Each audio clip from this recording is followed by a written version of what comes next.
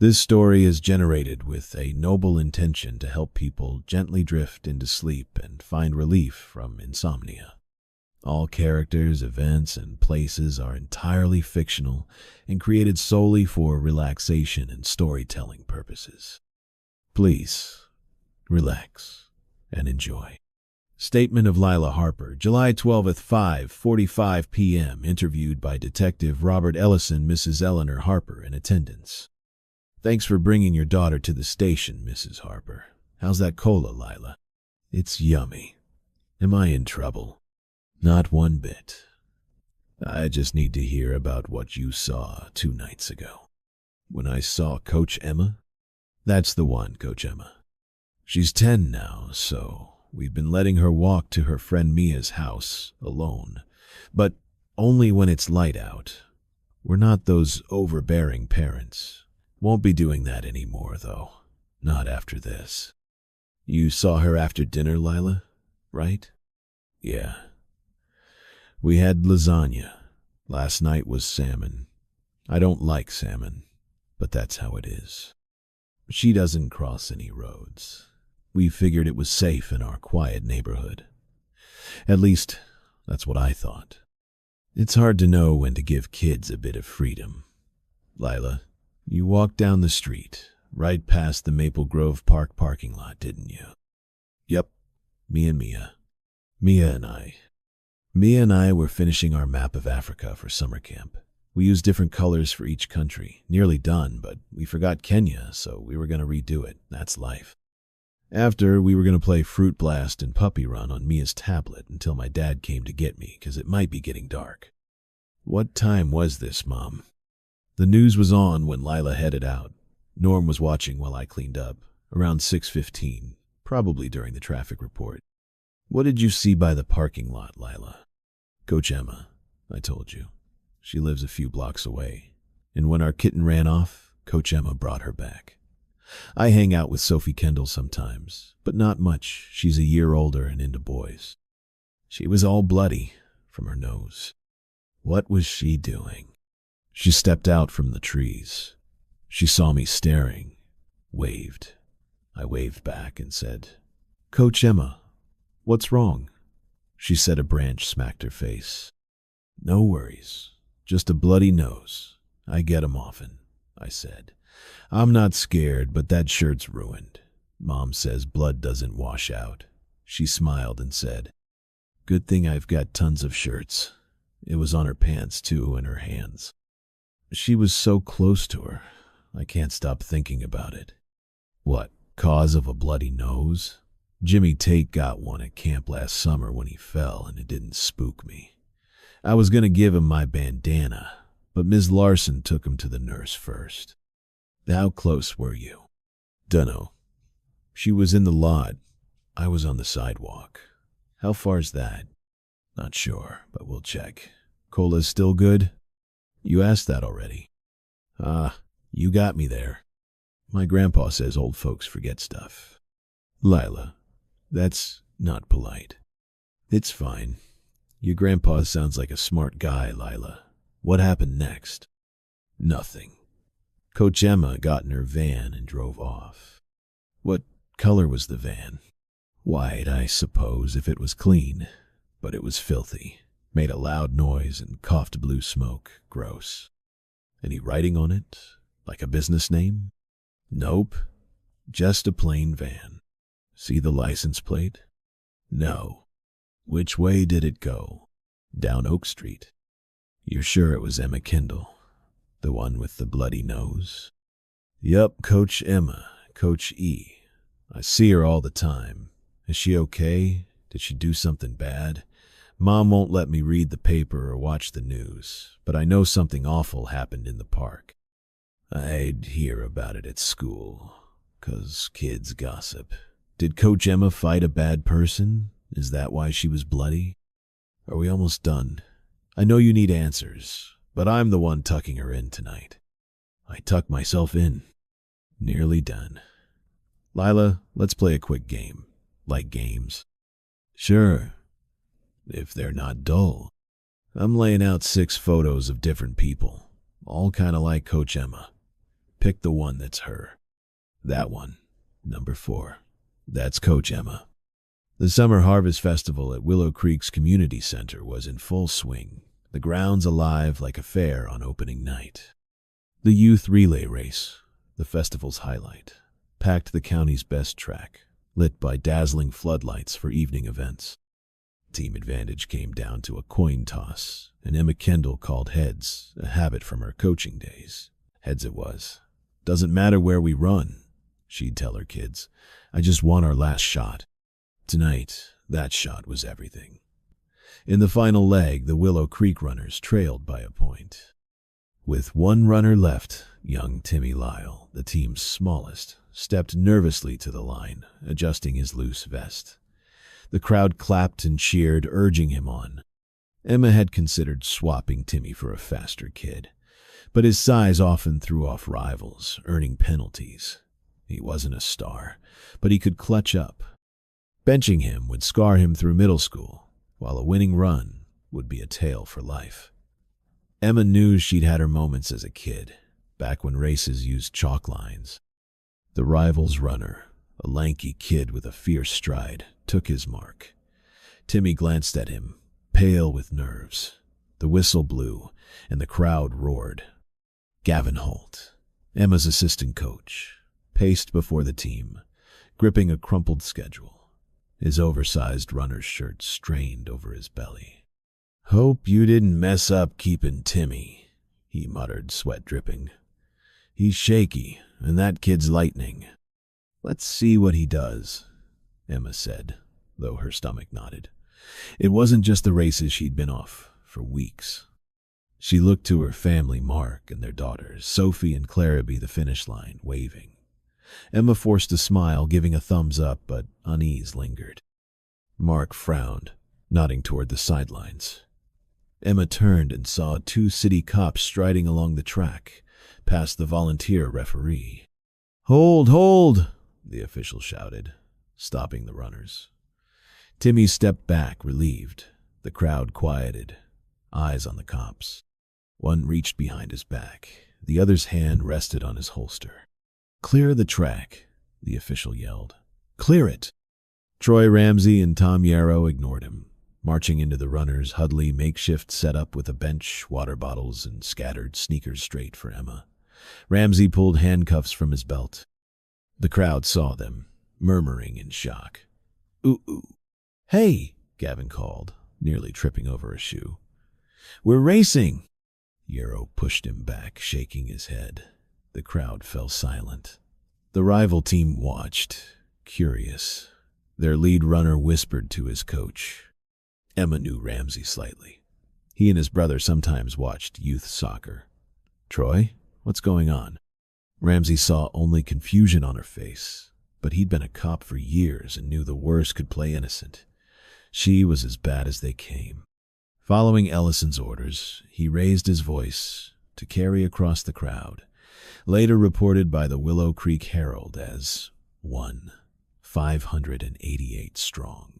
"Emma Kendall, I'm arresting you for the murder of Frank Peterson."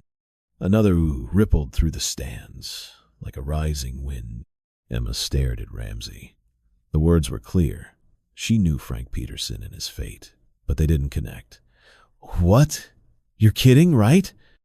A festival photographer snapped her photo. Later, front-page news. Her jaw dropped, eyes wide, hair spilling from her runner's cap. She looked stunned, guilty. "What did you say? Hold out your wrists." Emma glanced at Mark and the girls, frozen by the finish line. Horror would hit later. Bibir Patel, the lead runner, drifted toward the huddle, tears streaming. "Get back," Gavin barked. "Race isn't over." Bibir stood in the grass, sobbing, staring at Emma. She stared back, half convinced it was a nightmare, until Yarrow yanked her arms forward. Ramsey snapped on heavy cuffs glinting in the evening light. "You have the right to remain silent," he boomed, voice carrying like a festival announcer. "If you speak, anything you say can be used in court. You have the right to an attorney now or later. Understand?" "Troy?" Emma's voice was faint, her breath short. What's happening? Understand. Mark rushed to the barrier, Sophie and Clara crying behind him. Clara's water bottle lay spilled in the dirt. What are you doing? Mark shouted. Why here? Understand. Emma realized she was cuffed, her rights read before nearly 1,600 people, her family among them. It wasn't a dream, it was a public shaming, inexplicable. Best to end it fast and sort it out, though she sensed normalcy was gone for good. I understand, she said, turning to the crowd. I don't know why I'm being arrested. Gavin Holt will finish the race, then buy beer. Back to the line. Stay ready. A faint clap rose, quickly fading. A voice from the stands yelled, What'd she do? The crowd muttered two words soon to echo across Willow Creek. Frank Peterson. Yarrow hustled Emma toward the food stalls and parking lot. Save your speech, Kendall. You're jail-bound. And Willow Creek's got lethal injection, we use it. You're a coach, you know that. They'd gone barely 20 steps when Mark caught up, grabbing Yarrow's arm. What's this about? Yarrow shook him off. When Mark reached for Emma, Ramsey pushed him back, firm but calm. Mark stood stunned, then saw Robert Ellison approaching. He knew Robert from the Youth Adventure Club, where Robert's son Dylan trained under Emma. Robert missed some sessions, but showed when he could back in his patrol days. Emma had sent him a note when he made detective. Now Mark ran toward him, swift in his worn sneakers, Emma's lucky festival pair. Robert, this is a mistake. It's not, Robert said. This stung, because Robert liked Mark. He liked Emma. Touched given Dylan confidence, small but vital at 11, but the evidence was undeniable. Mark might have known Emma's darkness, even if he buried it. They'd been married a long time, and crimes like Frank Peterson's didn't come from nowhere. There was always a build-up. Go home, Mark. Take the girls to a friend's. Police will be waiting. Mark stared, lost. A cheer erupted as Timmy Lyle surged ahead, outrunning his rival in the relay's final stretch's best run ever. But the crowd's eyes stayed on the arrest, more gripping than the race. A pity, really. Timmy had never shone so bright. Troy Ramsey opened the rear door of the unmarked SUV. Emma glanced back, spotting Mark at the edge of the parking lot, his face twisted in pained disbelief. Behind him, a festival photographer hustled across the grass, snapping blurry shots that'd likely be worthless, Emma thought, with a flicker of grim satisfaction. To Mark, she called out, Get Howie Gold. Tell him I'm arrested. Tell him. Yarrow's hand pressed on her head, easing her into the vehicle. Slide over. Keep your hands in your lap while I buckle you. Emma shifted across the seat, hands clasped tightly. Through the windshield, she saw the festival's vibrant banner. Willow Creek Harvest Fest, 2025. Mark had spearheaded the fundraiser for that banner 2 summers ago. He stood rooted, and she'd never erase his expression like a man in a war-torn land, watching his world collapse. Ramsey slid behind the wheel. Robert Ellison took the passenger seat, and before Robert could close his door, the SUV backed out of the handicap spot with a squeal of tires. Ramsey spun the wheel sharply, then gunned it toward Elm Street. No siren blared, but a blue light on the dashboard flashed and spun. The air inside carried a faint scent of fried dough, probably from the festival's food stalls. Strange, the details that struck when your life plummeted off an unseen edge. She leaned forward. Robert, hear me out. Robert stared ahead, fists clenched. Save it for the station. Let her speak, Ramsey said, eyes on the road. Might speed things up. Quiet, Troy, Robert snapped, his neck tense, veins bulging like twin cords. Robert, I don't know what pointed you at me, or why you'd haul me off in front of the whole town, but you're dead wrong. They all say that, Tom Yarrow muttered beside her, casual as if discussing the weather. Hands in your lap, Kendall. Don't even brush your hair. Emma's mind cleared a fraction, and she kept her hands still. Yarrow, his name tag catching the light, seemed itching for a reason to get rough, cuffs or not. Someone had eaten festival fries in this SUV. She was sure greasy ones from the stalls her daughters loved, where they'd laugh and tease each other about burping on the way home. She resolved to stay silent until Howie Gold arrived. They'd sort this out together. It shouldn't take long. Another realization hit. Rage surged, hotter than she'd ever felt, and as they turned onto Main Street toward the Willow Creek police station, she made a vow. By fall, maybe sooner. The man in the front seat wants a friend, would be job hunting. Maybe as a security guard in Boise or Lubbock. The SUV hummed along, and for a moment, silence filled the space, unbroken even by the radio, which was off. Emma clung to a fleeting hope that Robert would tell Ramsey to pull over, turn to her with wide, apologetic eyes and say, "We messed up bad, didn't we?"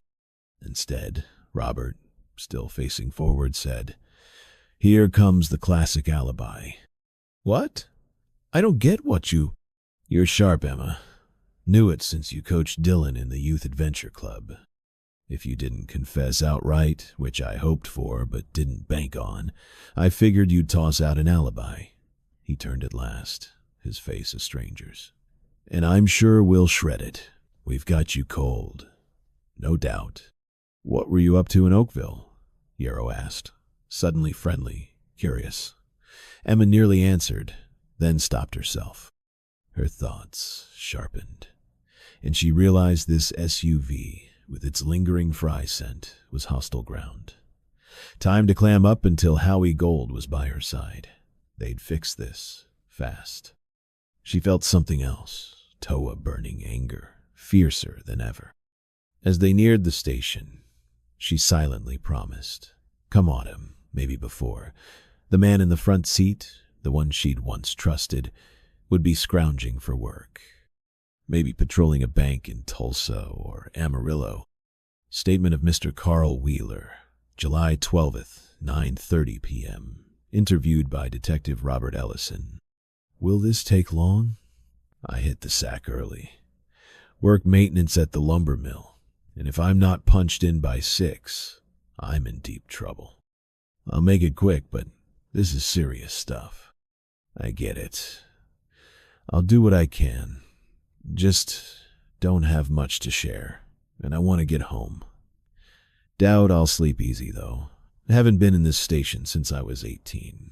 Caught at a bonfire bash. Chief Harlan ran things then. Our dad sprang us, but I was grounded all summer. Thanks for coming in. Where were you at 7 p.m. on July 10th? Like I told the desk clerk, I was at Hank's bar. Saw that white van and spotted the woman who coaches kids soccer and track in Willow Creek. Don't recall her name, but she's always in the Herald. Her team's on fire this year, might take the championship. Kendall, maybe? She was drenched in blood. How'd you end up seeing her? Got a routine after work, no wife to cook for, and I'm no master chef, if you know what I mean. Mondays and Wednesdays, it's the Willow Creek Cafe. Fridays, I head to the smokehouse for a burger. Tuesdays and Thursdays, it's Hank's for a burger and a soda. That Tuesday, I got there around 6, maybe 6:15. Kid was already gone by then, wasn't he? You were out back behind Hank's at 7, right? Yeah, with Riley Turner. Bumped into him there, so we shared a table. Outback's where folks go to vape down the hall past the restrooms. Out the door, there's a trash can for butts and all. We ate burger for me, chili for he ordered ice cream for dessert, then stepped out to vape before it came. While we were jawing, this beat-up white van pulled in. Had a New Jersey plate, I noticed. Parked next to a little Honda sedan, and that woman got out.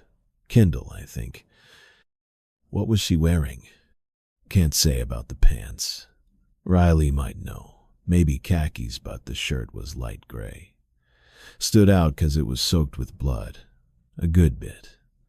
Some splatters on the pants, too. Blood on her face, under her nose, around her mouth, on her chin. She was a sight. Riley, he probably had a couple of sodas before I showed up. I just had one says, "How's the other fella look, Coach Emma?" She went by Coach Emma? Sure thing. She chuckled and said, "No other fella. My nose just popped, went off like a fountain. Any urgent care around here?" You took that to mean a walk-in clinic, like Quick Care or Health Spot. Yeah. She wanted it checked. Maybe burned shut inside. Ouch, right? Said it happened once before. I told her to drive down Maple about a mile. Turn right at the third light. Look for the clinic sign. You know that billboard by Creek Auto? Shows wait times and such. Then she asked if she could leave her van in the lot behind the Barno for patrons. Sign says it's for staff, but I said, "Not my call, but if it's quick, should be okay." Then she settled, with how things are, that she'd leave the keys in the console in case someone needed to move it. Riley said, "That's begging for a thief, Coach Emma." But she repeated she'd be fast, said someone might need to shift it. You know what I think? Maybe she wanted it swiped. By me. Or Riley, even. Could that be? What happened next? She hopped into a little blue Honda and took off. That was strange, too. Why strange? She asked to leave the van, like she was worried about towing, but her car was right there, safe as can be. Odd, no? I'm placing 6 photos of different women on the table, all a bit like Coach Emma. Take your time. Pick the one you saw behind Hank's. No need to linger. That's her, number 3. Kendall, can I go home now?